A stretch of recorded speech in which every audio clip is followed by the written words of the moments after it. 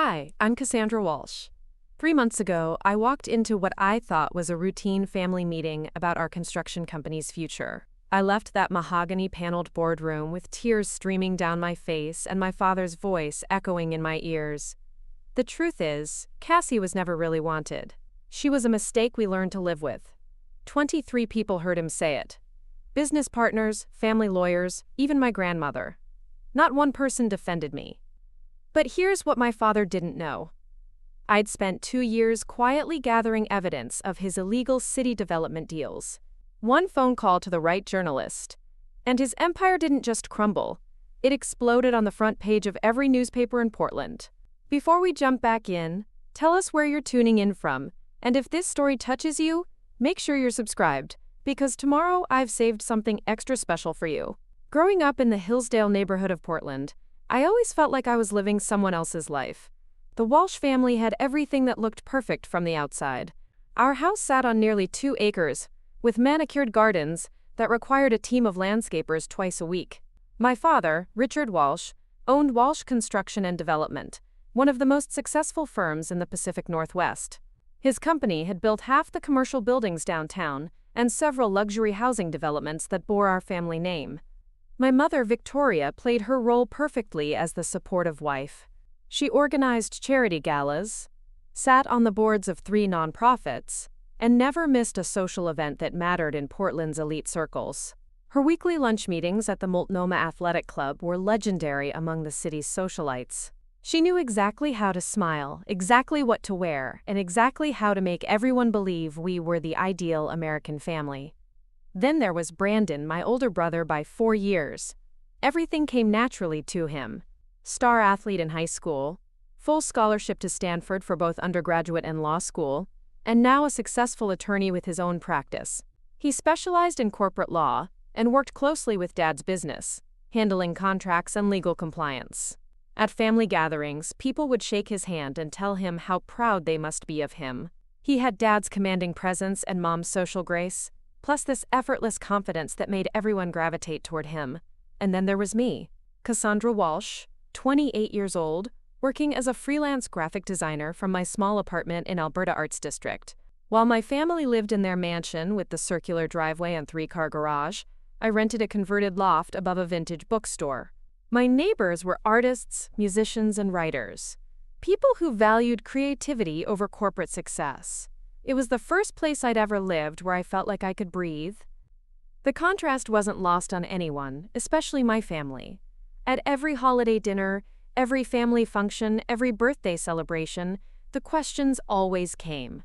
When was I going to get a real job? When would I find a nice man and settle down? Why couldn't I be more like Brandon? The disappointment in my father's eyes was constant, a weight I carried everywhere I went. I'd tried to fit their mold once. Right after college, I worked at a marketing firm downtown, wore business suits, attended networking events, and dated the kind of men my parents approved of. But I felt like I was suffocating.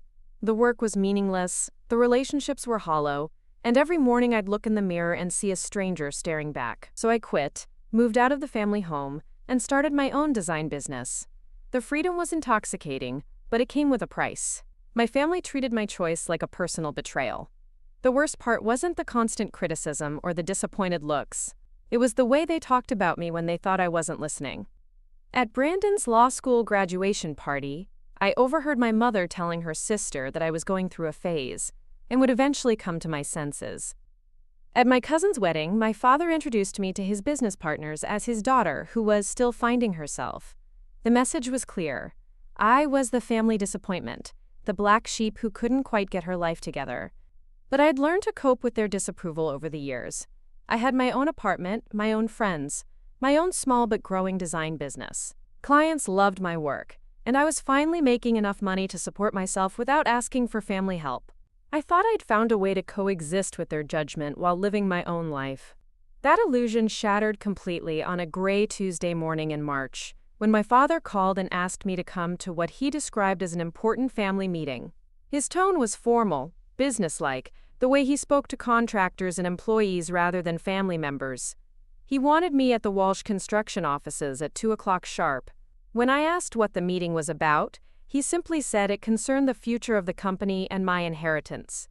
The word inheritance caught me off guard. My parents had never discussed their estate planning with me before, and I'd always assumed everything would go to Brandon. He was, after all, the one involved in the family business. He understood construction and development in ways I never could or wanted to. The fact that my father was including me in this conversation felt significant, maybe even hopeful.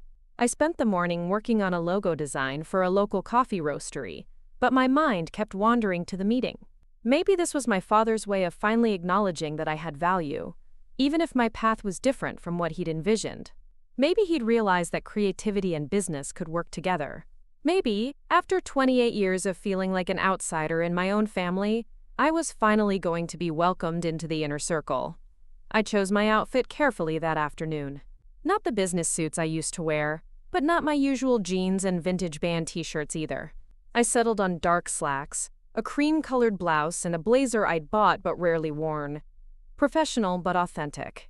I wanted to look like someone who belonged in a corporate boardroom while still being true to myself. The Walsh Construction offices occupied 2 floors of a glass building in downtown Portland's Pearl District. The lobby always smelled like expensive coffee and leather furniture. Floor-to-ceiling windows offered views of the Willamette River, and the walls displayed framed photographs of every major project the company had completed over the past 30 years. Housing developments, office complexes, shopping centers, all bearing the Walsh Construction signature style. My father's secretary, Mrs. Chen, had worked for the company since before I was born. She smiled warmly when she saw me, which felt reassuring. At least someone was happy I was there. She led me to the large conference room on the 2nd floor, where several people were already seated around an enormous mahogany table. My parents sat at the head of the table, my father in his usual spot at the very front. Brandon was to his right, looking comfortable and confident in his navy suit.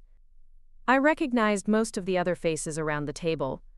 Harold Morrison, my father's longtime business partner. Janet Stevens, the company's chief financial officer. 2 lawyers I'd met at various family events.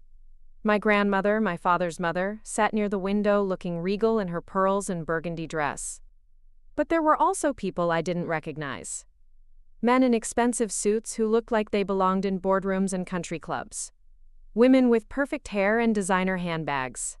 I counted 23 people total, all of them watching as I entered the room. The atmosphere felt formal, almost ceremonial. My father gestured to an empty chair near the middle of the table, not close to the family section where I'd expected to sit. As I made my way to the designated spot, conversations quieted. I could feel everyone's eyes on me, evaluating, judging. I sat down and folded my hands in my lap, trying to project confidence I didn't feel. My father stood up and cleared his throat. The room fell completely silent. He looked around the table, making eye contact with each person as if he were a judge addressing a courtroom. This was Richard Walsh in his element, commanding attention, controlling the narrative. "Thank you all for coming today," he began, his voice carrying easily through the room. "As you know, Walsh Construction has been a family business for over 3 decades. We've built this company on principles of integrity, hard work, and excellence. We've created thousands of jobs, developed communities, and contributed significantly to Portland's growth and prosperity." He paused for effect, and several people around the table nodded approvingly. This was the kind of speech my father excelled at, the kind that made people feel privileged to be in his presence. "Today's meeting is about the future," he continued. "About ensuring that Walsh Construction continues to thrive for generations to come. About making sure our legacy is preserved and protected by people who understand what it means to carry the Walsh name." My chest tightened slightly. Something about his tone felt ominous, like a storm gathering on the horizon. I glanced at Brandon, but he was staring straight ahead, his expression unreadable. "Harold and I have been discussing succession planning," my father said, gesturing toward his business partner.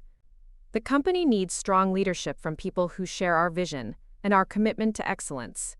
People who understand that running a business requires sacrifice, dedication, and sometimes making difficult decisions." He looked directly at me then, and I felt my stomach drop. There was no warmth in his eyes, no paternal affection, just cold calculation. Brandon will be taking over as president of Walsh Construction, effective immediately, he announced. He has the education, the experience, and the judgment necessary to lead this company into the future. Harold will remain as chairman of the board, and I'll transition to an advisory role. Polite applause rippled around the table. Brandon smiled modestly and accepted congratulations from the people near him. I felt confused, but not yet alarmed. This news wasn't entirely surprising. Brandon had always been groomed for leadership. As for the ownership structure, my father continued, Brandon will inherit my 60% stake in the company. Victoria will retain her 20% share. The remaining 20% will be held in trust for Brandon's future children. The room began to spin slightly. I gripped the edge of the table, trying to process what I was hearing. No mention of me at all, not even a small percentage, not even a token gesture.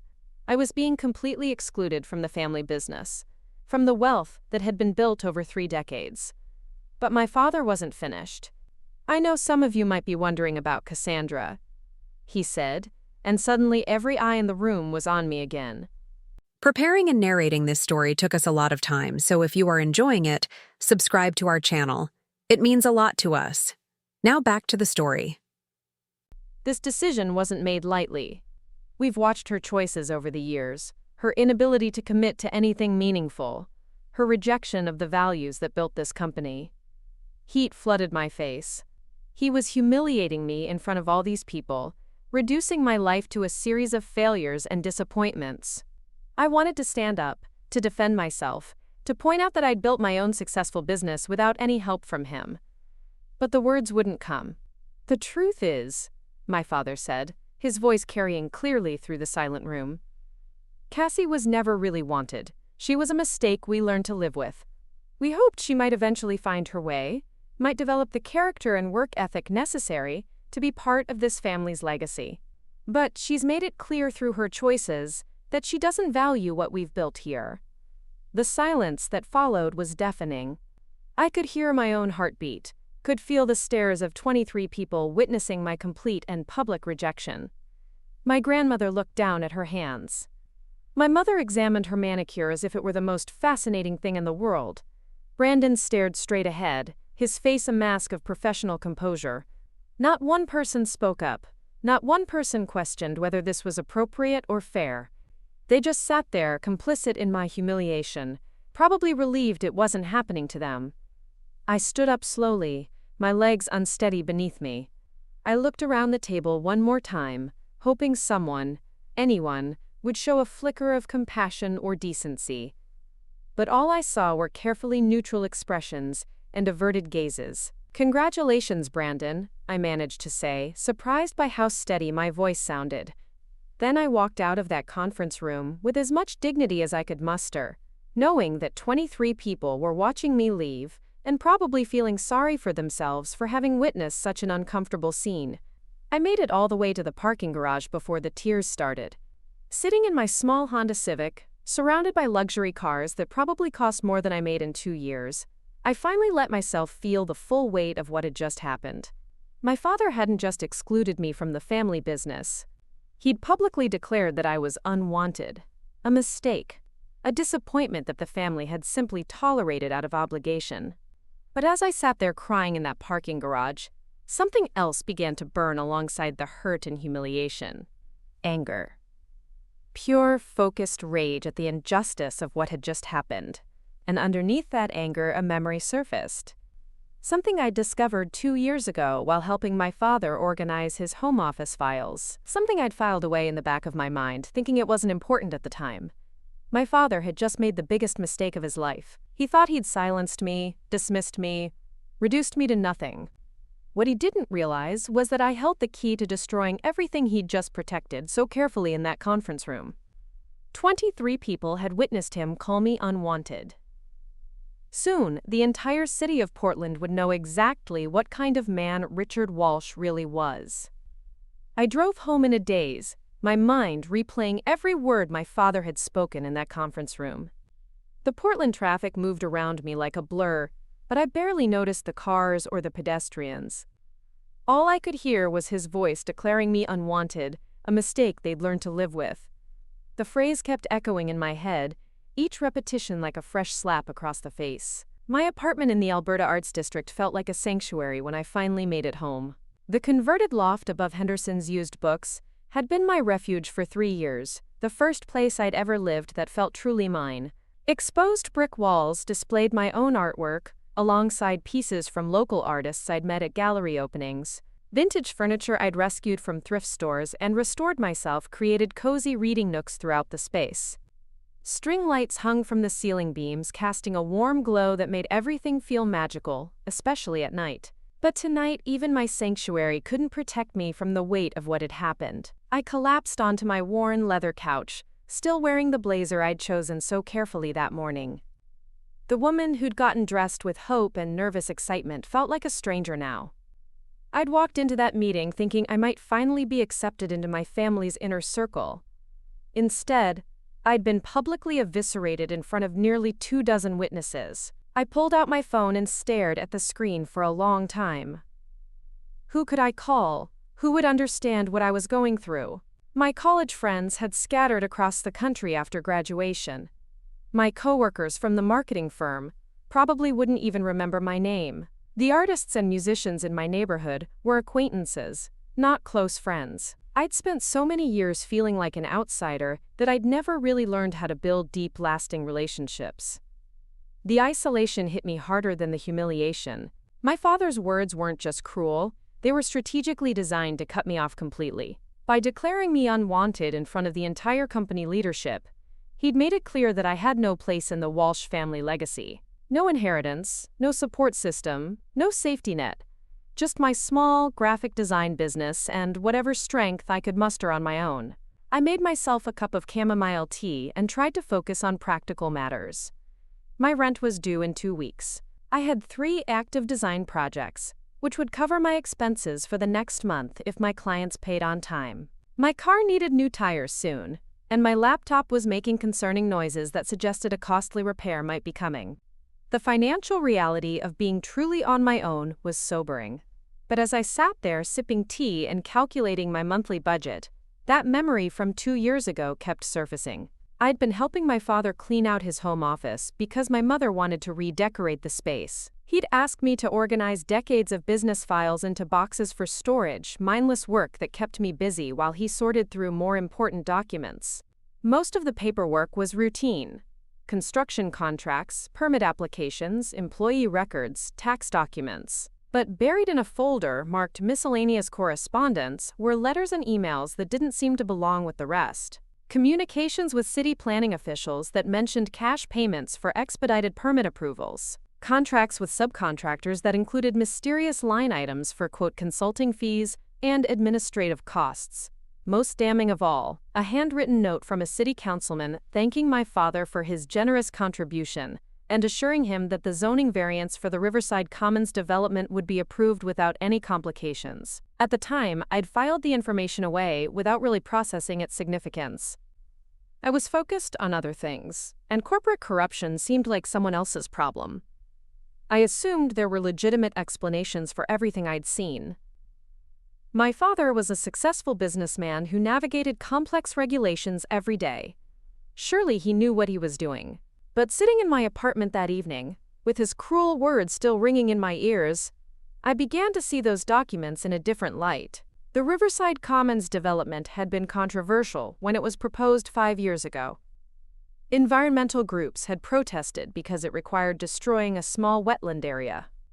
Neighborhood associations had objected because it would increase traffic and change the character of their community. The city council had initially voted against the project, but then suddenly reversed course after what they called additional environmental impact studies. I remembered reading about it in the local newspaper. The project had ultimately been approved by a narrow margin, with 2 councilmen changing their votes at the last minute. The development had made Walsh Construction millions of dollars, and established my father as one of the most influential builders in Portland. But what if those votes hadn't been changed by environmental studies? What if they'd been bought and paid for? I fired up my laptop and began searching through local news archives, looking for everything I could find about the Riverside Commons development. The Portland Tribune had covered the story extensively, documenting the initial rejection, the protests, and the eventual approval. The Oregonian had published an editorial questioning whether the city council had been too hasty in changing their position. Several environmental blogs had raised concerns about the legitimacy of the impact studies that supposedly justified the reversal. The more I read, the clearer the pattern became. This wasn't just about one development. Over the past decade, Walsh Construction had won bids on several controversial projects that had initially faced opposition. The Pearl District shopping complex that required relocating dozens of low-income families. The waterfront office building that violated height restrictions. The suburban housing development that required rezoning agricultural land. In each case, there had been initial resistance from city officials, followed by sudden reversals and approvals that benefited my father's company enormously. I spent the next 3 hours digging through public records, newspaper archives, and city council meeting minutes. A picture emerged of systematic corruption that went far beyond anything I'd imagined. My father hadn't just bent a few rules or made strategic campaign contributions. He'd essentially bought and paid for city officials, turning Portland's development process into his personal money-making machine. By midnight, I had printed out dozens of documents and created a timeline that showed the pattern of corruption spanning nearly a decade. Payoffs to city councilmen, bribes to planning officials, even payments to environmental consultants who provided favorable impact studies. The evidence was scattered across different sources, but when assembled together, it painted a devastating picture of fraud and corruption that had cost Portland taxpayers millions of dollars. I sat back in my desk chair and stared at the mountain of evidence I'd compiled. This wasn't just ammunition for personal revenge. This was information that could bring down my father's entire empire and potentially send him to prison. The man who declared me unwanted had built his success on a foundation of lies and criminal activity. The irony wasn't lost on me. For years, my father had criticized my life choices, my career, my inability to be more like Brandon. He'd positioned himself as the moral authority in our family, the hard-working businessman who'd built success through integrity and excellence. But his fortune had been built on corruption, and I was the only person who knew the full extent of his crimes. I made copies of everything and stored them in 3 different locations. The physical documents went into a safety deposit box I rented the next morning. Digital copies went onto 2 separate flash drives, one hidden in my apartment, and another given to my friend Marcus Thompson for safekeeping. Marcus had worked as an accountant for Walsh Construction until he'd been fired 3 years ago for asking too many questions about discrepancies in the books. He'd always suspected something was wrong with the company's finances, but he'd never been able to prove it. When I showed Marcus the evidence I'd gathered, his face went pale. He recognized several of the documents from his time at the company, pieces of a puzzle he'd been trying to solve for years. More importantly, he still had contacts inside the company who could verify the authenticity of the paperwork and provide additional evidence if needed. But I knew I couldn't just walk into the police station with a box of documents and expect them to take action. Corporate corruption cases were complex and difficult to prosecute. I needed someone with experience investigating this kind of story, someone with credibility and connections who could make sure the evidence received proper attention. That's when I thought of Nina Rodriguez. We'd been best friends in high school, inseparable until college and career choices had taken us in different directions. Nina had always been brilliant, the kind of person who asked uncomfortable questions and refused to accept easy answers. She'd studied journalism at the University of Oregon and now worked as an investigative reporter for the Portland Tribune. If anyone could help me expose my father's crimes, it would be Nina. I hadn't spoken to Nina in over 2 years, not since my cousin's wedding, where we'd made awkward small talk for 15 minutes before running out of things to say. Our friendship had faded gradually, the way many relationships do when people grow up and move on with their lives. But I knew she'd remember me, and I hoped she'd be interested in the story I had to tell. I found her contact information through the Tribune's website and sent her a carefully worded email late that night. I didn't mention my father by name or give any specific details about what I'd discovered. I simply said I was an old friend with information about corruption in Portland's development industry, and asked if she'd be willing to meet for coffee to discuss it. Her reply came back within an hour, which surprised me. She remembered me, of course, and was curious about what I'd found. We arranged to meet the next afternoon at a coffee shop in the Pearl District. ironically just a few blocks from the Walsh Construction offices, where I'd been humiliated 24 hours earlier. I spent that morning organizing the evidence into a coherent presentation. Timelines, financial records, correspondence, and supporting documentation from public records. I wanted to make sure Nina understood not just what my father had done, but how significant the implications were for Portland's development industry and city government. The coffee shop Nina had chosen was busy and loud, perfect for a conversation that needed to remain private. She was already seated at a corner table when I arrived, looking exactly like the brilliant, ambitious young woman I'd known in high school, just with shorter hair and more expensive clothes. She stood up and hugged me, and for a moment I felt the warmth of genuine friendship that I'd been missing for so long. We spent a few minutes catching up on each other's lives. She told me about her job at the Tribune, the investigative pieces she'd been working on, and her recent promotion to senior reporter. I told her about my graphic design business, carefully omitting the details of what had happened at the family meeting. I wanted her to see the evidence objectively, without the personal drama that surrounded it. When I finally pulled out the folder containing the documents, Nina's expression shifted into professional mode. She examined each piece of evidence carefully, asking pointed questions about where I'd obtained the information and how I could verify its authenticity.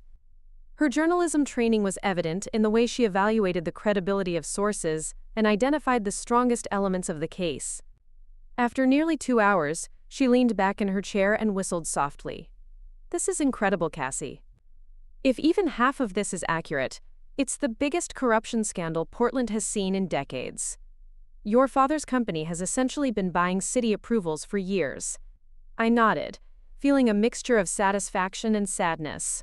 Satisfaction that Nina recognized the significance of what I'd discovered, and sadness that it had taken my father's cruelty to motivate me to expose his crimes. "The question is," she continued, "what do you want to do with this information? Are you prepared for what happens when this story breaks? Your father's business will be destroyed. He'll likely face criminal charges. Your entire family will be dragged through a very public scandal." I thought about the 23 people who'd sat in that conference room and watched my father humiliate me. I thought about Brandon accepting congratulations while I was declared unwanted. I thought about my mother examining her manicure as if my pain was merely an inconvenience. "I'm ready," I told Nina. "They wanted me gone from their lives. Now they'll understand what that actually costs." Nina nodded slowly, already formulating her approach to the investigation. She'd need to verify the documents independently, interview sources, and build an airtight case before publication. The Tribune's legal team would need to review everything to make sure they were protected from libel claims. It would take weeks of careful work, but the payoff would be enormous. We spent another hour discussing strategy and timeline. Nina would begin her investigation immediately, using the documents I'd provided as a roadmap for her own research. She'd develop independent sources and gather additional evidence that would make the story unassailable. When everything was ready, the Tribune would publish a comprehensive exposé that would dominate Portland's news cycle for months. As I walked back to my car that afternoon, I felt lighter than I had in years. For the first time in my life, I had real power over my family's destiny. They'd tried to make me disappear, to reduce me to nothing more than an unwanted mistake. Instead, they'd created their own worst enemy. My father thought he'd won by excluding me from the family business and humiliating me in front of his colleagues. What he didn't realize was that he'd just given me the motivation and freedom I needed to destroy everything he'd built. The woman he'd declared unwanted was about to become the most dangerous person in his life.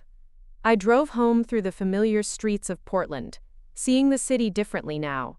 Every new development, every construction project, every gleaming office building made me wonder what corners had been cut, what officials had been paid off, what communities had been displaced for profit. My father's corruption had infected the entire city's development process, and soon everyone would know the truth. The war my father had started in that conference room was about to escalate beyond anything he could imagine, and this time I held all the weapons. 3 weeks passed before Nina called me with an update on her investigation. 3 weeks during which I threw myself into my graphic design work with an intensity I'd never experienced before. I completed 2 major projects ahead of schedule and landed 3 new clients through word-of-mouth referrals. The mundane routine of creating logos and marketing materials provided a welcome distraction from the storm I knew was brewing beneath the surface. But the anticipation was eating at me. Every morning I woke up wondering if today would be the day Nina published her exposé. Every evening I checked the Tribune's website obsessively, looking for any hint that the investigation was moving forward. I'd created a monster that I couldn't control, and the waiting was almost unbearable. When Nina finally called, her voice crackled with excitement. "We need to meet," she said without preamble. "I've found things that make your original evidence look like the tip of an iceberg. Can you come to my office this afternoon?" The Tribune's newsroom buzzed with the controlled chaos of deadline pressure. Reporters hunched over computers, editors barked instructions, and phones rang constantly. Nina's desk sat in the middle of it all, surrounded by towers of documents, legal pads covered in handwritten notes, and multiple computer screens displaying what looked like financial spreadsheets and city planning documents. She gestured for me to sit in the chair beside her desk and immediately launched into what she discovered. "Your father's corruption goes back 15 years, not 10 like we originally thought. And it's not just bribes to city officials. He's been running a money laundering operation through his construction projects, hiding payments to organized crime figures who control parts of Portland's construction industry." My stomach dropped. Organized crime? I'd expected to find evidence of bribes and kickbacks, maybe some tax evasion. But actual criminal connections were far more serious and dangerous than anything I'd imagined.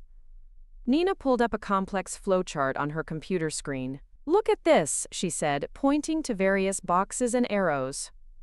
"Walsh Construction has been paying inflated prices to concrete suppliers controlled by the Petrov family. They're Russian immigrants who moved to Portland in the 1990s and gradually took over several legitimate businesses while maintaining connections to organized crime networks." She clicked through several documents showing payments from Walsh Construction to companies with names like Pacific Northwest Concrete, Oregon Building Supplies, and Metropolitan Construction Materials. The amounts were staggering.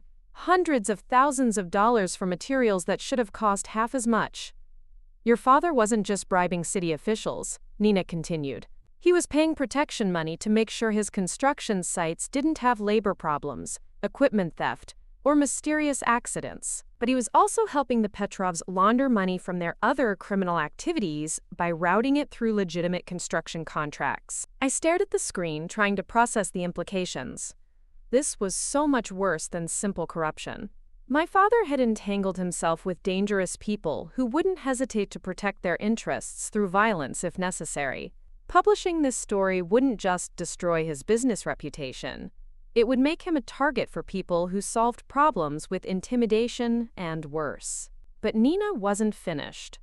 "There's more," she said, pulling out a thick folder. "Remember the Riverside Commons development that started this whole investigation? The environmental impact study that justified overturning the city council's initial rejection? It was completely fabricated."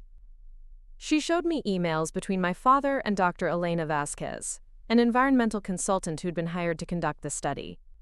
The correspondence made it clear that Dr. Vasquez had been paid to produce predetermined conclusions that would support the development project, regardless of the actual environmental impact. The wetland area that was destroyed had been home to several protected species, Nina explained. The development violated federal environmental laws, but the fraudulent impact study provided cover for city officials who'd already been bribed to approve the project. Dr. Vasquez has been running this scam for years, providing fake environmental assessments for developers who pay her enough money. I recognized the name Dr. Elena Vasquez, but I couldn't immediately place where I'd heard it before. Then Nina showed me a photograph, and the memory came flooding back. She was the therapist my father had suggested I see after I'd quit my marketing job and moved out of the family home. He'd said I needed professional help to deal with my issues and lack of direction in life. The irony was breathtaking. My father had recommended a corrupt environmental consultant, masquerading as a therapist to help me with my psychological problems, when the real problem was his own criminal behavior. The suggestion had felt condescending at the time, another way for him to imply that I was broken and needed fixing. Now I understood it had been something much darker. Nina must have seen the recognition on my face because she leaned forward with interest. "You know her?" I told her about my father's recommendation and the uncomfortable meeting I'd had with Dr. Vasquez 3 years ago. She'd seemed more interested in my family's business activities than my personal struggles, asking strange questions about my father's work and whether I knew details about his construction projects. At the time, I'd attributed her curiosity to professional thoroughness. Now I realized she'd been fishing for information that might be useful in her criminal activities. "This gives us another angle," Nina said, making notes. "If she was posing as a therapist while conducting fraudulent environmental assessments, that's multiple felonies right there. Medical fraud, environmental fraud, conspiracy, money laundering. The FBI is going to love this case." The FBI? The words sent a chill through me. This investigation had grown far beyond what I'd originally envisioned. What had started as a plan to embarrass my father and damage his reputation had become a federal criminal case involving organized crime and environmental fraud. People were going to prison, not just losing their businesses or social standing. But even as the magnitude of the situation overwhelmed me, I felt a growing sense of satisfaction. My father had spent my entire life making me feel small, worthless, unwanted. He'd built his success on a foundation of lies and criminal activity, while lecturing me about integrity and character. The fact that exposing his crimes would have consequences far beyond what he could imagine felt like perfect poetic justice. Nina spent the next hour walking me through the rest of her findings. Shell companies that existed only on paper but received hundreds of thousands in construction payments. Subcontractors who were paid for work that was never actually performed.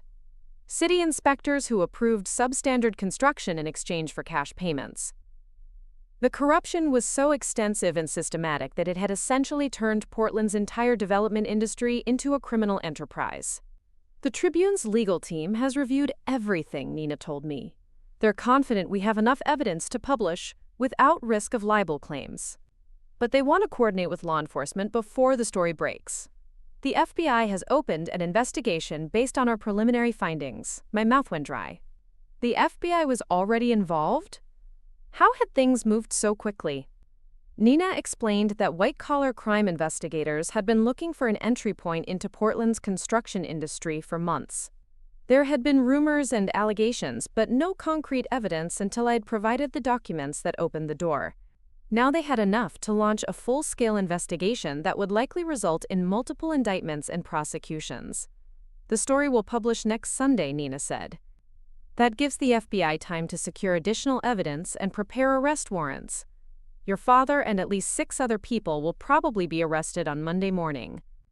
By Monday afternoon, Walsh Construction will be finished as a business."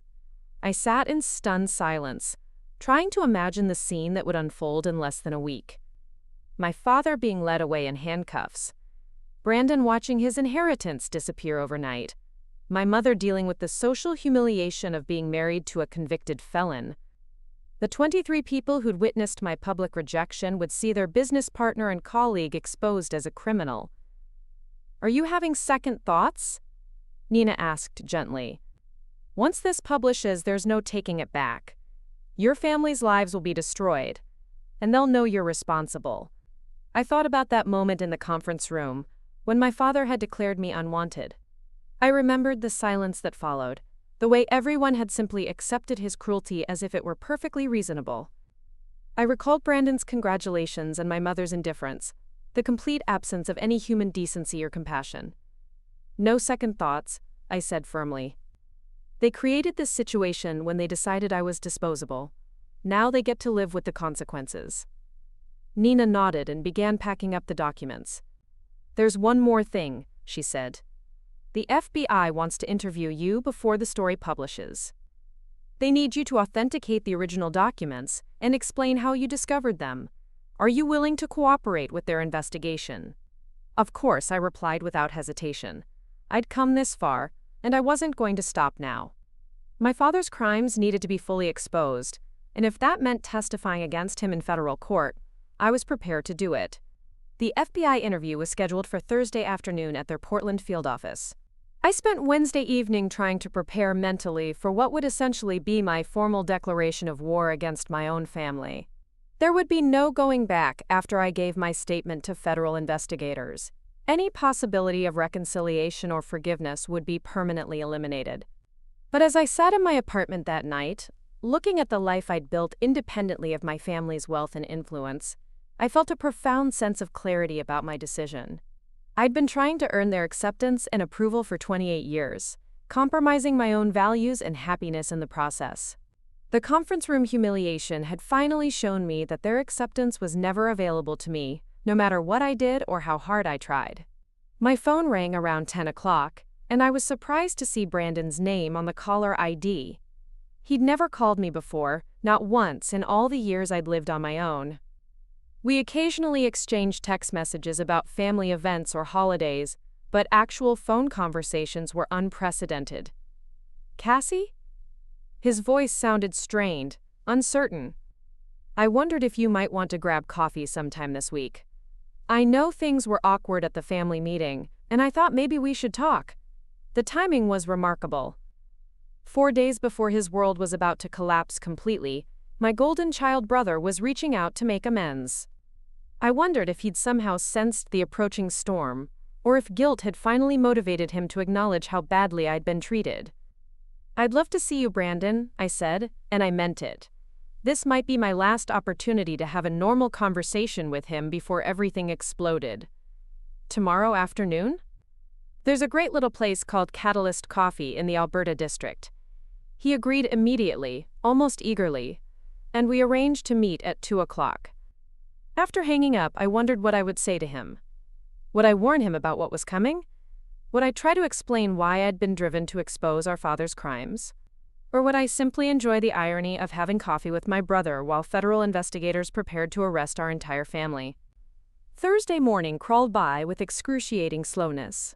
I tried to work on a logo design for a local bakery, but I couldn't concentrate on color schemes and font choices when I knew my life was about to change forever.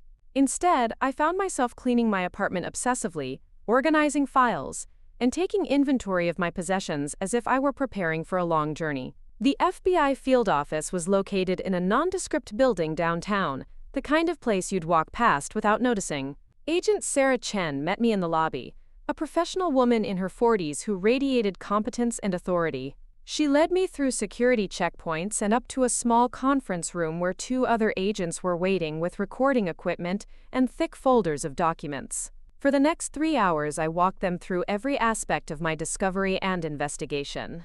They wanted to know exactly how I'd found the original documents, who else had seen them, and whether I'd made any copies or shared the information with anyone besides Nina Rodriguez. They were particularly interested in Marcus Thompson's involvement and his access to Walsh Construction's internal financial records. The agents treated me with professional courtesy, but I could sense their skepticism about my motivations. Why would someone expose their own father to criminal prosecution? What did I hope to gain from destroying my family's business and reputation? They needed to understand my psychology and credibility before they could rely on my testimony in court. I explained the years of feeling like an outsider in my own family, the constant criticism and disappointment, the way I'd been systematically excluded from family decisions and celebrations. I described the conference room humiliation and my father's declaration that I was unwanted, emphasizing how 23 witnesses had sat silently while I was publicly rejected and dismissed. Agent Chen took detailed notes while I spoke, occasionally asking clarifying questions or requesting more specific details about dates and conversations. By the time we finished, I felt emotionally drained but oddly relieved. The story was now officially part of a federal investigation, and my role as the whistleblower was documented and protected by law. When I left the FBI building, I had just enough time to drive across town to meet Brandon at Catalyst Coffee. The drive through Portland's afternoon traffic gave me time to mentally shift gears from federal witness to concerned sister. I had no idea what Brandon wanted to discuss, but I suspected it might be the last normal conversation we'd ever have. He was already seated at a corner table when I arrived, looking uncomfortable in his expensive suit among the hipster clientele of my neighborhood coffee shop. Brandon had always been perfectly at ease in corporate boardrooms and country club dining rooms, but places like this were outside his usual social orbit. "Thanks for meeting me," he said as I sat down across from him. He looked tired, older than his 32 years, with stress lines around his eyes that I'd never noticed before. "I know we don't talk much, but I've been thinking about what happened at the family meeting. The way Dad spoke about you was inappropriate, and I should have said something." His words caught me off guard. I'd expected either a half-hearted apology or an attempt to justify our father's behavior, not a genuine acknowledgement that I'd been wronged. For a moment, I saw a glimpse of the older brother I'd idolized as a child, before family dynamics and parental expectations had turned us into strangers. "I appreciate that, Brandon," I said carefully. It hurt to hear those words, especially in front of all those people. But what really hurt was the silence afterward. Nobody spoke up. Nobody questioned whether it was appropriate to talk about me that way. He nodded, looking genuinely ashamed. "You're right. We all just sat there like cowards. Dad's always been intimidating, and I guess we've all learned to avoid confronting him when he's in one of his moods. But that's not an excuse for letting him humiliate you publicly." We talked for nearly an hour, covering topics we'd never discussed before. He told me about the pressure he felt to live up to our father's expectations, the way success had become a burden rather than an achievement. I shared my struggles with finding my own identity outside the family's influence, the satisfaction I'd found in building my own business despite their disapproval. For the first time in years, we connected as actual siblings, rather than competitors for parental approval. It was bittersweet, knowing that this newfound understanding was coming just days before everything would explode. Brandon had no idea that his inheritance, his career, and his entire future were about to disappear because of evidence I'd provided to federal investigators. As we prepared to leave, Brandon hesitated at the door. "Cassie, I want you to know that I never agreed with the way Dad treated you. I was just too much of a coward to stand up to him. Maybe it's not too late for us to have a real relationship, separate from all the family drama." I hugged him tightly, fighting back tears. "I'd love that, Brandon. I really would." Walking back to my car, I felt the full weight of what I'd set in motion. In 3 days, the Tribune would publish Nina's exposé. Brandon would learn that his golden inheritance was built on criminal activity. My mother would discover that her comfortable lifestyle had been funded by organized crime connections. My father would face federal charges that could send him to prison for decades. They'd all know I was responsible, and any chance of the reconciliation Brandon had suggested would be destroyed forever. But as I drove home through the city my father had corrupted with his greed and criminality, I felt no regret about my choice. Some betrayals are so complete that they justify any response, and my family had forfeited any claim to my loyalty or protection. The war they'd started in that conference room was about to reach its devastating conclusion, and I was ready for whatever came next. Friday morning arrived gray and drizzly, typical Pacific Northwest weather that matched my mood perfectly. I woke up with a knot in my stomach, knowing that in less than 48 hours, Nina's exposé would hit the Tribune's website, and Portland would wake up to the biggest corruption scandal in the city's recent history. My father had no idea what was coming, which gave me a strange mixture of anticipation and dread. I tried to maintain my normal routine, working on client projects and answering emails, but concentration was nearly impossible. Every sound from the street below made me jump, every phone notification sent my heart racing. I felt like I was living in the calm before a hurricane, surrounded by an unnatural stillness that preceded total destruction. Around noon my phone buzzed with a text from my mother. "Family dinner Sunday at 6. Please come. We need to talk as a family about moving forward together." The timing was almost comically perfect. My parents wanted to have a reconciliation dinner on the same day the Tribune would publish evidence of my father's criminal activities. They'd planned what was probably meant to be a peace offering, completely unaware that their world would already be collapsing around them by dinner time. I stared at the message for several minutes, trying to decide how to respond. Part of me wanted to accept the invitation just to witness their reaction when they learned the truth. But another part of me recognized that showing up for dinner would be unnecessarily cruel, like attending an execution you'd secretly arranged. "I'll try to make it," I texted back. Work has been crazy lately. It wasn't exactly a lie. My work had been crazy, just not in the way my mother would assume. Instead of designing logos and marketing materials, I'd been cooperating with federal investigators and providing evidence for what would become the most significant criminal case in Portland's recent history. That afternoon, I drove to Pioneer Courthouse Square and sat on one of the benches, watching people hurry past with their daily concerns and weekend plans. None of them had any idea that their city government had been corrupted for over a decade. that construction projects they passed every day had been built through bribery and fraud, that organized crime figures had been laundering money through legitimate businesses right under their noses. The anonymity was oddly comforting. For the first time in weeks, I wasn't thinking about federal investigations or family betrayals or criminal prosecutions. I was just another person in the city, invisible and unremarkable, watching life unfold around me. In a strange way, it felt like the last moments of my old life, the final hours before I became forever known as the whistleblower who brought down one of Portland's most successful construction companies. My phone rang, interrupting my people-watching meditation. Nina's name appeared on the screen, and I answered immediately. "The story goes live at midnight tonight," she said, without preamble. "The Tribune's website will publish the full investigation, and it'll be on the front page of Sunday's print edition. The FBI has coordinated everything, and they'll execute arrest warrants first thing Monday morning." Tonight? I'd thought I had another full day to mentally prepare, but apparently the timeline had accelerated. "Are you ready for what happens next?" Nina's question was more loaded than she probably realized. Was I ready to become estranged from my family permanently? Was I ready to be known throughout Portland as the daughter who destroyed her father's empire? Was I ready for the media attention, the legal proceedings, and the personal consequences that would follow? "As ready as I'll ever be," I said, surprised by how calm my voice sounded.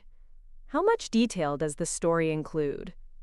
"Everything," Nina replied. "The bribes to city officials, the connections to the Petrov crime family, the fraudulent environmental studies, the money laundering operation. We have bank records, email correspondence, recorded phone conversations, and testimony from multiple sources. Your father's entire criminal enterprise is laid out in detail, along with evidence linking him to at least a dozen other people who'll probably be indicted." The scope was staggering. My father hadn't just bent a few rules or cut some corners. He'd built a criminal organization that had infected Portland's entire development industry, costing taxpayers millions of dollars and undermining the integrity of city government for over a decade. "There's something else you should know," Nina continued. "The FBI arrested Dr. Elena Vasquez yesterday afternoon. She's agreed to cooperate with their investigation in exchange for a reduced sentence. She's providing detailed information about the environmental fraud scheme and naming other developers who paid for falsified impact studies." The fake therapist had been arrested. The woman my father had recommended to help me with my psychological problems was now in federal custody, confessing to crimes that had enabled his corruption for years. The irony was so perfect it almost seemed scripted. "What about the Petrov family?" I asked, suddenly worried about potential retaliation. "If they're really connected to organized crime, won't they try to silence witnesses or intimidate people involved in the investigation?" "The FBI has been monitoring them for months," Nina assured me. "They're more concerned about avoiding additional federal attention than they are about revenge. Most of their Portland operations are legitimate businesses now, and they don't want to jeopardize those investments by escalating a situation that's already out of control." Her reassurance was somewhat comforting, but I made a mental note to vary my daily routine and stay alert to my surroundings for the next few weeks. Even if the Petrovs weren't interested in revenge, there might be other people whose criminal activities would be exposed by the investigation. After hanging up with Nina, I walked back to my car through the bustling downtown streets. In less than 12 hours, many of the buildings around me would be viewed differently by Portland residents. Instead of seeing successful development projects, people would wonder which ones had been approved through bribery, which environmental studies had been falsified, and how much public money had been stolen through fraudulent contracts. I spent Friday evening cleaning my apartment and organizing my files, preparing for whatever chaos might follow the story's publication. I deleted old emails that might be misconstrued by reporters or investigators, backed up important documents to cloud storage, and made sure my client projects were current, in case I needed to take time off work. Around 10 o'clock, I poured myself a glass of wine and sat on my small balcony, looking out over the Alberta Arts District. The neighborhood had character and authenticity that the wealthy areas where my family lived lacked completely. Street musicians played on corners, local artists displayed their work in coffee shop windows, and people gathered in small groups to discuss books, politics, and philosophy. This was the life I'd chosen when I rejected my family's expectations and values. It wasn't glamorous or lucrative, but it was genuine in ways that my father's corporate success had never been. My neighbors were teachers and social workers and small business owners who contributed positively to their community without needing to corrupt government officials or launder money for criminals. As midnight approached, I refreshed the Tribune's website obsessively, waiting for the story to appear. At exactly 12:01 a.m., the headline flashed across my screen. Federal investigation reveals decade of corruption in Portland development industry, Walsh Construction at center of bribery and money laundering scheme. Below the headline was a photograph of my father at a ribbon-cutting ceremony for one of his developments, smiling confidently while shaking hands with a city councilman who'd apparently been taking bribes for years. The image perfectly captured the false respectability that had hidden years of criminal activity. I clicked through to read the full article, even though I already knew most of the details. Nina had done masterful work, presenting the evidence clearly and methodically, while avoiding sensationalism or inflammatory language. The story read like a legal brief, building an airtight case that would be impossible for my father's lawyers to refute or discredit. The reader comments section was already filling up with reactions from Portland residents. Outrage at the corruption, demands for criminal prosecutions, calls for investigations of other development companies. Some people expressed shock at the revelations, while others said they'd always suspected something wasn't right with Portland's development approval process. A few comments specifically mentioned my family by name, speculating about whether my mother and brother had known about the criminal activities.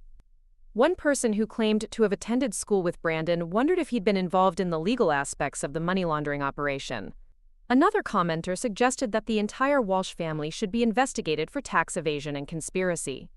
Reading those comments made the personal consequences of my decision feel more real and immediate.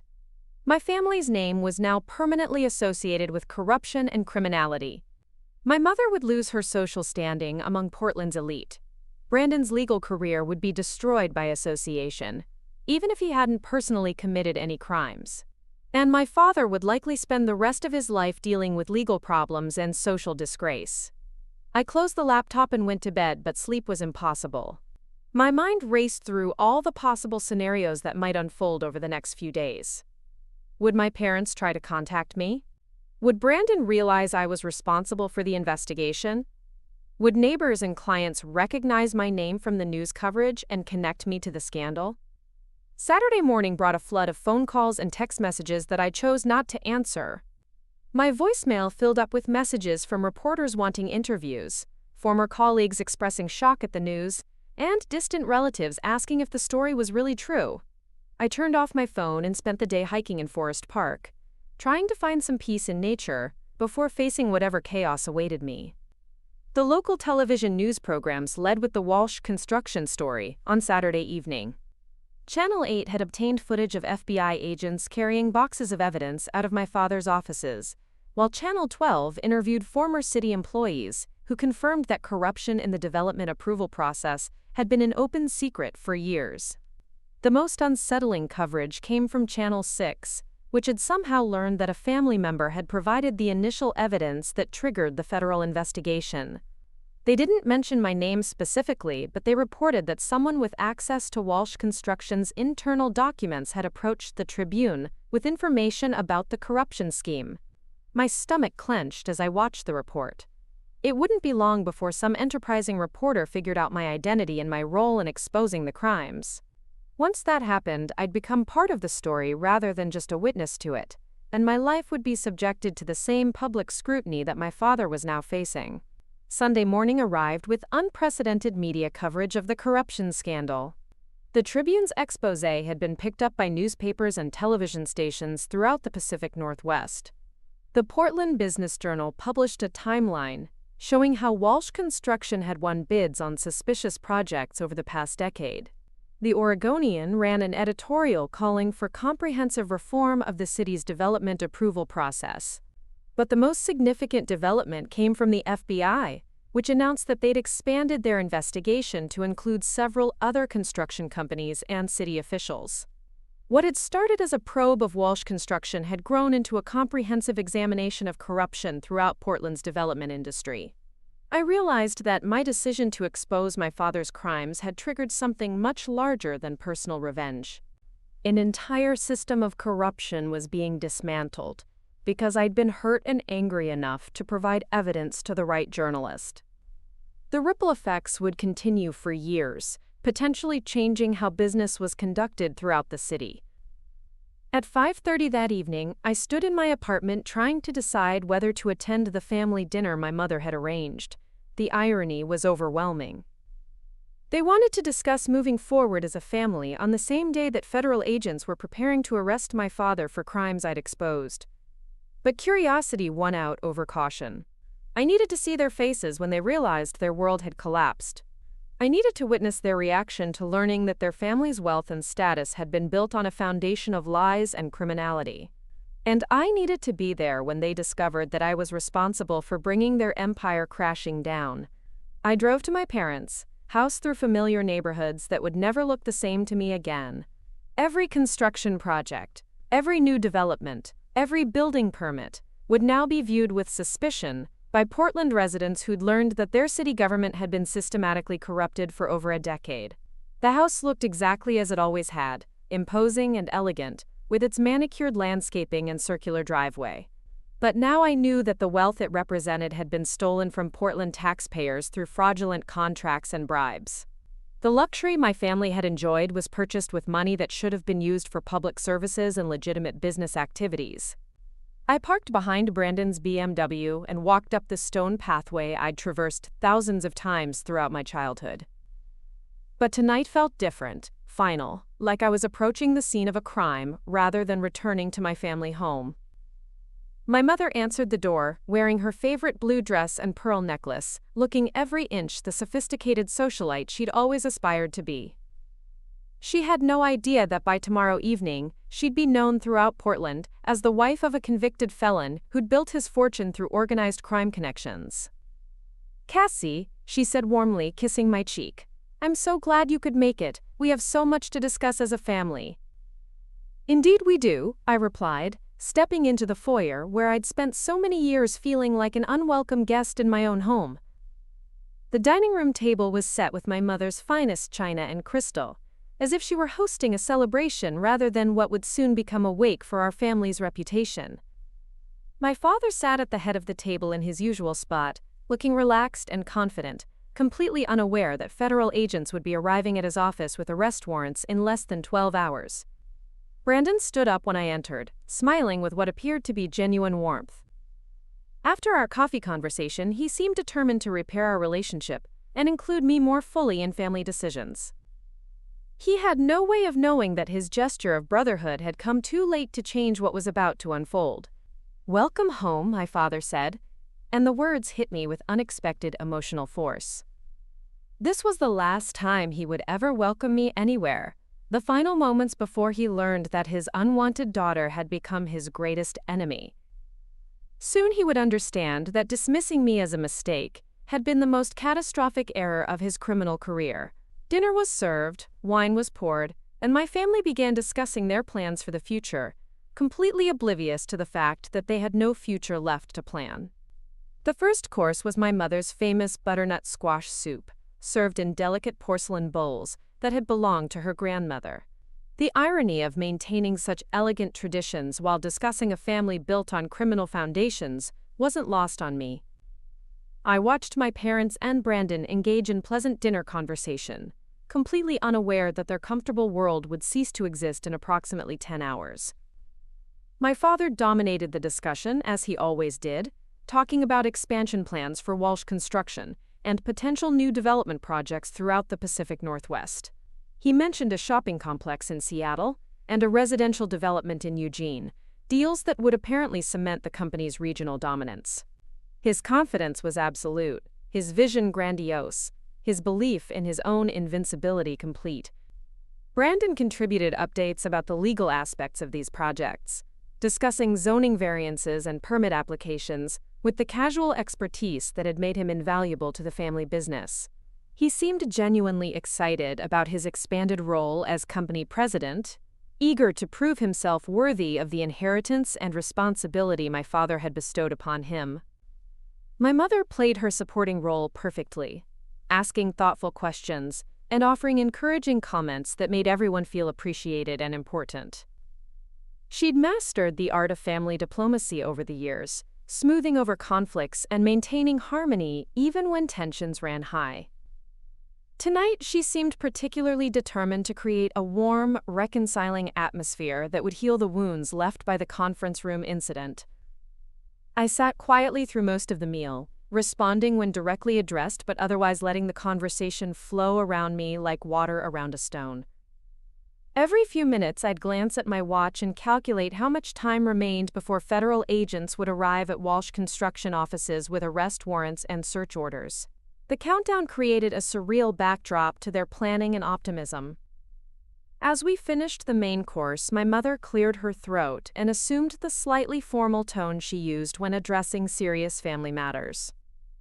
"Before we have dessert," she said, "I want us to discuss what happened at the company meeting a few weeks ago. What your father said was hurtful, and the way he said it was inappropriate.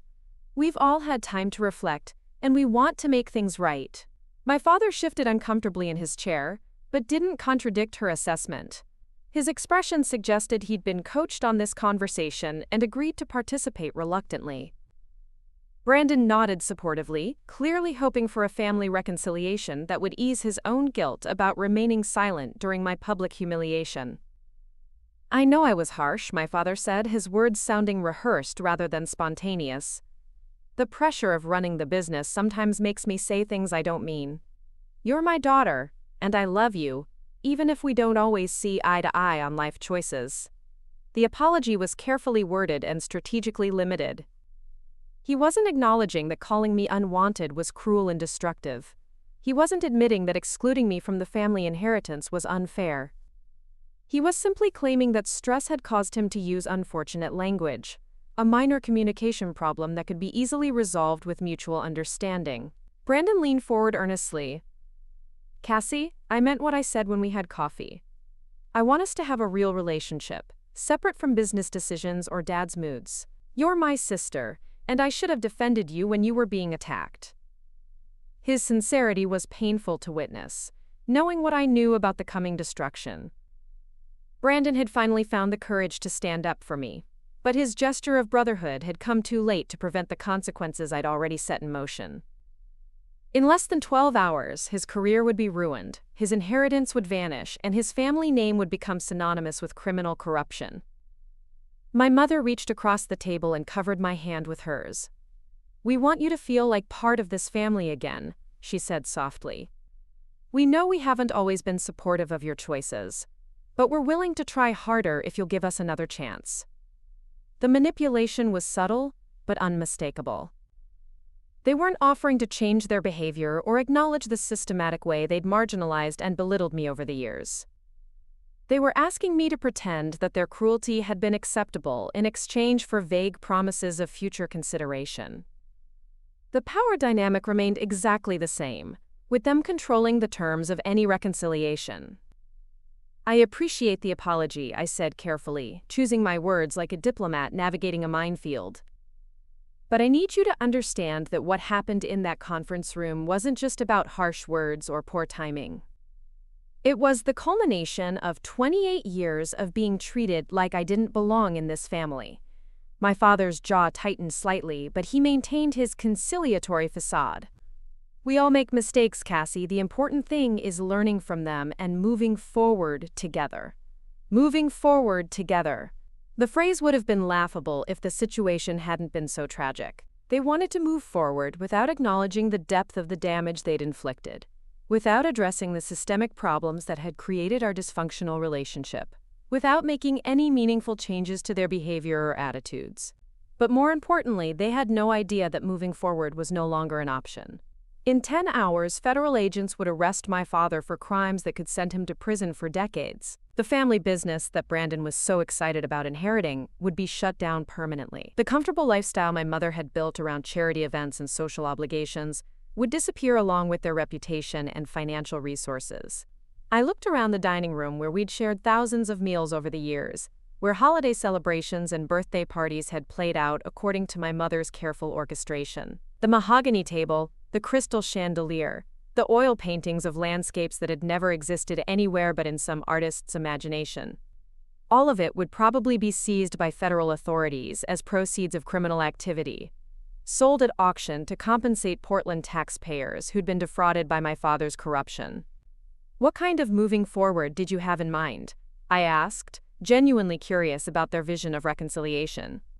My mother brightened, apparently interpreting my question as a sign of willingness to negotiate. We thought you might consider working with the company in some capacity. Your graphic design skills could be valuable for marketing materials and project presentations. It would give you steady income and help you feel more connected to the family business. Brandon nodded enthusiastically. We're expanding into new markets where fresh creative perspectives could make a real difference. You wouldn't have to give up your independence, but you'd have the security of regular work and family support. Even my father seemed to warm to the idea. Your artistic background might actually be an asset in residential developments, where aesthetic appeal matters to buyers. We could create a position that plays to your strengths while contributing to the company's growth. Their offer was simultaneously generous and insulting. Generous because they were proposing to include me in the family business after years of exclusion.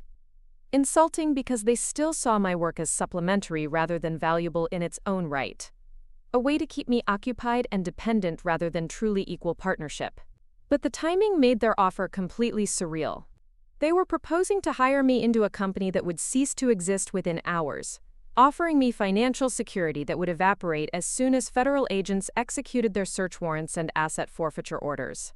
Even if I'd wanted to accept their belated inclusion, the opportunity they were describing had already been destroyed by my own actions.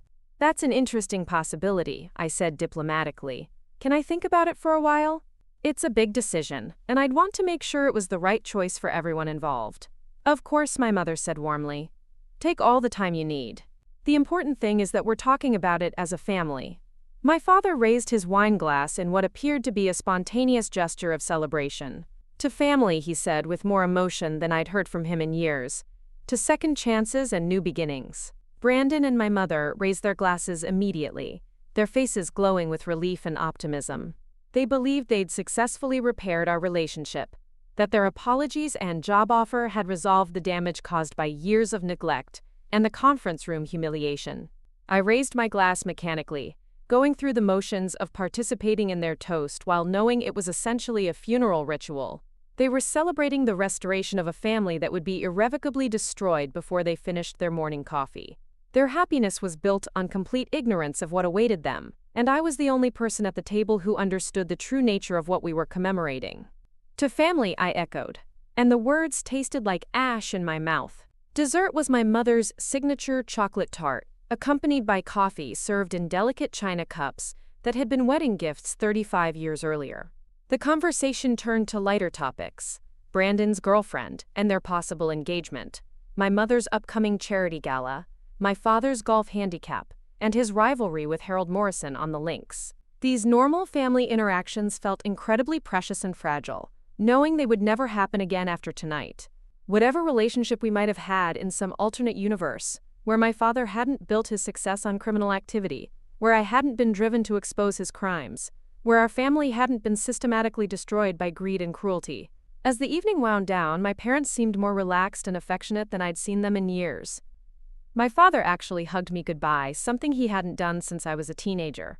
My mother kissed my cheek and whispered that she loved me, words I'd waited decades to hear spoken with genuine warmth rather than obligatory politeness. Brandon walked me to my car, his arm around my shoulders in a gesture of sibling solidarity that felt both wonderful and heartbreaking. "Thanks for giving us another chance," he said as we reached my Honda. "I know we don't deserve it after the way you've been treated, but I'm grateful you're willing to try." I hugged him tightly, memorizing the feeling of having a brother who cared about my well-being and wanted me to be happy. Tomorrow he would learn that I'd betrayed our entire family, that I'd provided evidence that would destroy everything he'd worked to achieve, that I'd chosen revenge over reconciliation, even when reconciliation was finally being offered. "Drive safely," he said as I got into my car. "And think about the job offer. I really think working together could be good for all of us." "I will," I promised, knowing that by the time he woke up, there would be no job to consider and no company to work for. The drive home took me through downtown Portland, past the Walsh Construction offices, where federal agents would arrive in less than 8 hours. The building looked ordinary and peaceful in the darkness, giving no hint of the criminal activity that had been conducted within its walls for over a decade. By tomorrow evening, it would be surrounded by news trucks and police tape, the epicenter of the biggest corruption scandal in the city's recent history. I parked outside my apartment building and sat in my car for several minutes, processing what had just happened. My family had offered me everything I'd ever wanted: acceptance, inclusion, professional opportunity, and genuine expressions of love and regret. They'd acknowledged their mistakes, apologized for their cruelty, and extended an olive branch that could have restored our relationship completely. And I'd sat there smiling and nodding, knowing that in a few hours I would destroy their lives more thoroughly than they had ever damaged mine. The guilt was overwhelming, but so was the certainty that I'd made the right choice. Their apologies were sincere, but they came only after they'd publicly humiliated me beyond any reasonable limit. Their job offer was generous, but it was motivated by convenience rather than respect for my abilities. Their expressions of love felt genuine, but they'd been absent for 28 years when I'd needed them most. More fundamentally, their personal kindness couldn't erase the criminal activities that had built their wealth and status. My father had stolen millions of dollars from Portland taxpayers through fraudulent contracts and bribes. He'd corrupted city government, damaged the environment through illegal developments, and laundered money for organized crime figures. Those crimes had consequences that extended far beyond our family dynamics, and they deserved punishment regardless of how our reconciliation dinner had proceeded. I climbed the stairs to my apartment, each step feeling heavier than the last. Tomorrow would bring chaos, media attention, legal proceedings, and permanent estrangement from the only family I'd ever known. But tonight I'd experienced a glimpse of what we might have been if different choices had been made years earlier. I poured myself a glass of wine and sat on my small balcony, looking out over the Alberta Arts District where I'd built a life independent of my family's wealth and expectations. My neighbors were teachers and social workers and small business owners who contributed positively to their community without needing to corrupt government officials or launder money for criminals. This was the world I'd chosen, and it had given me the strength to do what needed to be done. At exactly 6 o'clock Monday morning, my phone rang. Nina Rodriguez's name appeared on the screen, and I answered immediately. "It's done," she said without preamble. "FBI agents arrested your father at his office 20 minutes ago. Brandon was taken into custody at his apartment, and your mother was arrested at your family home. Harold Morrison and 6 other people connected to the corruption scheme are also in federal custody. Brandon was arrested too?" The news hit me like a physical blow. I'd hoped that his limited involvement in the company's legal affairs would protect him from criminal charges, that he might escape with nothing more than professional embarrassment and financial loss. "He was more involved than we initially thought," Nina explained. "The FBI found evidence that he'd helped structure some of the shell companies used for money laundering, and he'd prepared legal documents that facilitated several fraudulent transactions. His law license will definitely be revoked, and he's facing conspiracy charges that could result in significant prison time." I sank into a chair, overwhelmed by the scope of the destruction I'd unleashed. My entire family was in federal custody, facing criminal charges that would send them to prison for years. The business my father had spent decades building was being dismantled by federal agents who were seizing assets and freezing bank accounts. Everything they'd worked for, everything they'd built together, was gone. "Are you okay?" Nina asked, her voice gentle with concern. "I know this can't be easy, even though they brought it on themselves." "I'm fine," I lied, wiping tears I hadn't realized I'd started crying. "When will the arrests be made public?" "The FBI is holding a press conference at noon," Nina said. "By tonight, this will be the lead story on every news station in the Pacific Northwest. Your father's mugshot will be on the front page of every newspaper in Oregon." The magnitude of what I'd accomplished was staggering, but so was the personal cost. I'd succeeded in exposing my father's crimes and ensuring that he faced appropriate consequences for his actions. But I'd also destroyed any possibility of the family reconciliation that had seemed within reach just 12 hours earlier. My phone buzzed with an incoming call from a number I didn't recognize. Then another call, and another, as news of the arrests began spreading through Portland's business and social communities. I turned off the phone and sat in silence, trying to process the reality that my old life had ended permanently. Over the next few days, the story dominated local news coverage. The Tribune published follow-up articles detailing the scope of the corruption and its impact on Portland's development industry. Television stations interviewed city officials who claimed they'd been unaware of the bribery scheme, environmental groups who demanded investigations of other questionable projects, and taxpayer advocates who called for comprehensive reforms. My father's mugshot appeared on the front page of the Oregonian, looking haggard and defeated in ways I'd never seen before. Brandon's arrest photo showed him in shock, as if he couldn't believe his successful life had collapsed so completely and suddenly. My mother looked smaller and older than her years, diminished by the loss of everything she'd worked to build and maintain. The house where I'd grown up was seized by federal authorities as proceeds of criminal activity.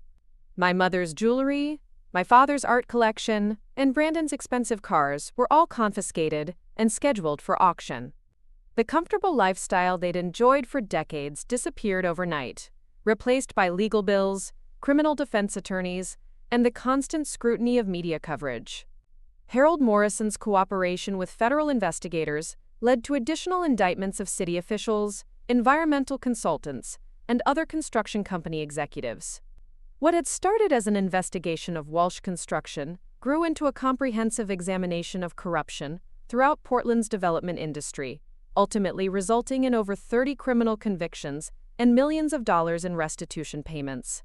Dr. Elena Vasquez received a reduced sentence in exchange for her testimony, but her environmental consulting business was permanently destroyed. The Petrov family's construction-related companies were shuttered by federal authorities, though their other legitimate businesses continued operating under increased scrutiny. 3 months after the arrests, I received a letter from Brandon in federal prison. He'd been sentenced to 4 years for conspiracy and money laundering, significantly less than my father's 12-year sentence, but enough to destroy his legal career permanently. The letter was brief and surprisingly free of anger or recrimination. He wrote that he understood why I'd exposed the crimes, that he'd been willfully blind to obvious signs of corruption because it was easier than confronting uncomfortable truths. He accepted responsibility for his involvement and expressed hope that Portland would benefit from the reforms that followed their prosecutions. He ended by saying he loved me and hoped we might rebuild some kind of relationship after he served his sentence. My mother was sentenced to 2 years in federal prison for tax evasion related to the money laundering scheme. Her letters were filled with bitterness and self-pity, blaming me for destroying the family rather than acknowledging the criminal activities that had made our destruction inevitable. She couldn't understand why I'd chosen justice over loyalty, why I'd prioritized Portland's taxpayers over my own family's interests. My father never contacted me directly, but his attorney approached me about visiting him in federal prison. Apparently, he wanted to apologize for calling me unwanted and to explain his perspective on the business decisions that had led to his downfall.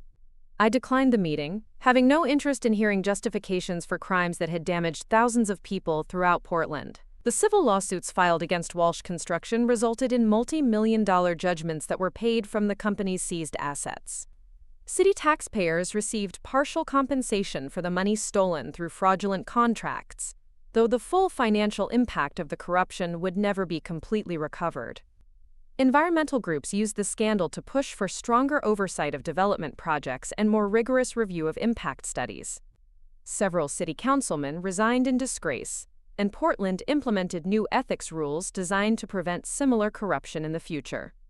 I testified before a federal grand jury about how I discovered the evidence and why I decided to expose my father's crimes. My testimony was sealed, but rumors about a family member's cooperation with investigators eventually leaked to the media. My name was never officially released, but reporters and private investigators gradually pieced together my role in triggering the investigation. The revelation that I'd been responsible for my family's downfall generated mixed reactions throughout Portland. Some people praised me as a whistleblower who'd sacrificed personal relationships to expose important crimes. Others criticized me as a disloyal daughter who destroyed her own family for personal revenge. Death threats and angry phone calls forced me to change my phone number and vary my daily routine for several months. But I also received hundreds of supportive messages from Portland residents, who thanked me for exposing corruption that had cost the city millions of dollars in stolen taxpayer money. My graphic design business actually benefited from the publicity, as local companies wanted to work with someone who demonstrated integrity and courage in difficult circumstances. I hired 2 employees and moved to a larger office space, finally achieving the professional success I'd struggled to build independently. 2 years after the arrests, I attended a city council meeting where they voted to rename the Riverside Commons development to honor a local environmental activist whose work had been undermined by my father's fraudulent impact studies. The wetland area that had been destroyed was being restored through funds recovered from Walsh Construction's asset forfeiture, a small but meaningful gesture toward repairing the environmental damage. Sitting in that council chamber watching elected officials who'd been purged and reformed after the corruption scandal, I felt a complex mixture of satisfaction and sadness. My father's crimes had been exposed and punished, Portland's development industry had been cleaned up, and taxpayers had received some compensation for the money stolen through fraudulent contracts. But my family was permanently destroyed, scattered across federal prisons and witness protection programs and bitter exile. The reconciliation dinner that had seemed possible on that final Sunday evening would never happen again, not because they wouldn't accept me, but because I'd chosen justice over forgiveness when those 2 values had come into irreconcilable conflict. The house where I'd grown up was eventually purchased by a nonprofit organization that converted it into transitional housing for formerly homeless families. The irony was perfect. A mansion built with stolen taxpayer money was now being used to house Portland residents who'd been failed by the very systems my father had corrupted. Sometimes I drive past that house and remember the family dinners, the holiday celebrations, and the Sunday evening when they'd offered me everything I'd ever wanted just hours before I destroyed their world completely. I don't regret my choice, but I understand its cost in ways that go far beyond legal consequences or financial losses. My father called me unwanted at a family meeting, and I responded by revealing his biggest secret to federal investigators. The revenge was complete and devastating, but it came at the price of becoming an orphan by choice rather than circumstance. Some betrayals are so complete that they justify any response, and some responses are so total that they preclude any possibility of redemption. In the end, I got exactly what I wanted: justice, vindication, and the complete destruction of people who'd made me feel worthless my entire life. But I also learned that perfect revenge comes with perfect isolation, and that choosing to be right can sometimes mean choosing to be alone. Up next, you've got 2 more standout stories right on your screen. If this one hit the mark, you won't want to pass these up. Just click and check them out.